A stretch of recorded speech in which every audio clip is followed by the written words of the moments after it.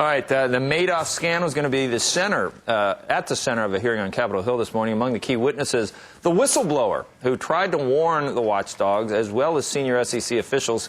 Here now, Congressman Scott Garrett of New Jersey. He's a ranking member of the House Capital Markets Subcommittee. What do you expect to hear today, Congressman? Well, I can predict this, that we will not hear the answers that the American public is looking for, and that is exactly what happened, who knew what when.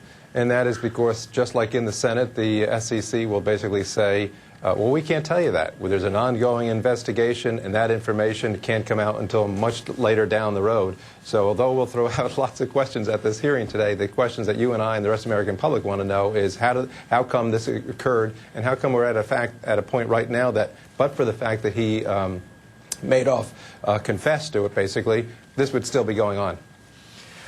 I don't know. I mean, what do we hope to gain from that? It seems like every time we have one of these defining moments, whether it's Enron or where regulation failed, we never learn from it. It never prevents the next one. We need to go through the motions, I guess, though, right, Congress? How can we make it more effective? What can we learn from this? Well, that's a good point as far as we never learn and we go through the motions. You have a crisis like Enron. You take actions like we did, which was Sarbanes-Oxley, which was supposed to give us all the transparency and accountability in the world all the time, knowing that actually Enron came to light and the prosecution occurred prior to Sarbanes-Oxley. And here we are again talking about a much bigger disaster, $50 billion scam that went on. And theoretically, you had all those whistles in place at that time, and the bells and whistles in place, and the socks and what have you.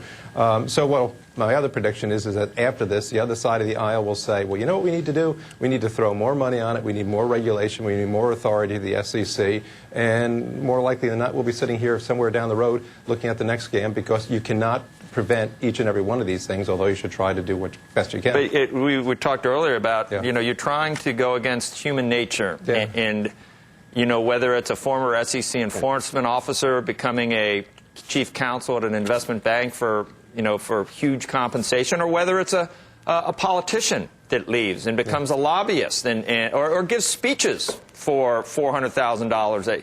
It seems like everybody is in this for self-enrichment, and that's just human nature. I mean, what can we do? Although one of the problems here, and it's worth mentioning in the context with the Congressman on, is that we exempted these guys from a tremendous amount of what Sarbanes-Oxley would have called for, because this was part of the caveat emptor of wealthy people investing. They didn't have to publish a great deal of stuff that Sarbanes-Oxley would have required. And that's one of the things that's got to change. Congressman, I have a question. It seems like this executive compensation issue has put the party in an interesting pickle. Because on the one hand, the Republicans tend to be the friend of business, right? Don't tell us how to run our business. On the other hand, you want government out of the way.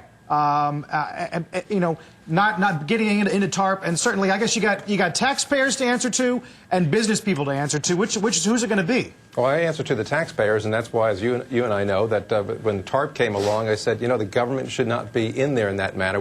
That's why I voted against TARP 1, I voted agained TARP 2, and when the bailout came, the stimulus, I voted against that as well, because the government shouldn't. But given that it's already happening, how do you manage it then? Well, at this point in time going forward, what you really have to say is, why do we continue to have the problems in the marketplace like we do, going to the TARPs issue and the economic situation, what have you? Why do we continue to have this situation? Is, well, because the smart investor realizes, hey, I'm not going to invest in that bank. Would you invest in the banking market right now, or any marketplace? I should really put it broader than that, to say, if tomorrow Congress in its wisdom, or the Treasury in its wisdom, says we're going to intervene in that market and maybe bring the equity stakeholders down to a very low level or to zero, why would the private capital market get into it? They won't. They'll sit on the sidelines, or more intelligently put their money someplace else. Right now in Treasuries, it's the only place a lot of people are going to. So as long as Treasury, the Fed, and Congress sees its role as being an investor in the marketplace and can pick winners and losers, we're going to see the continued slide in the valuations, and we're going to see the continued slide in the market.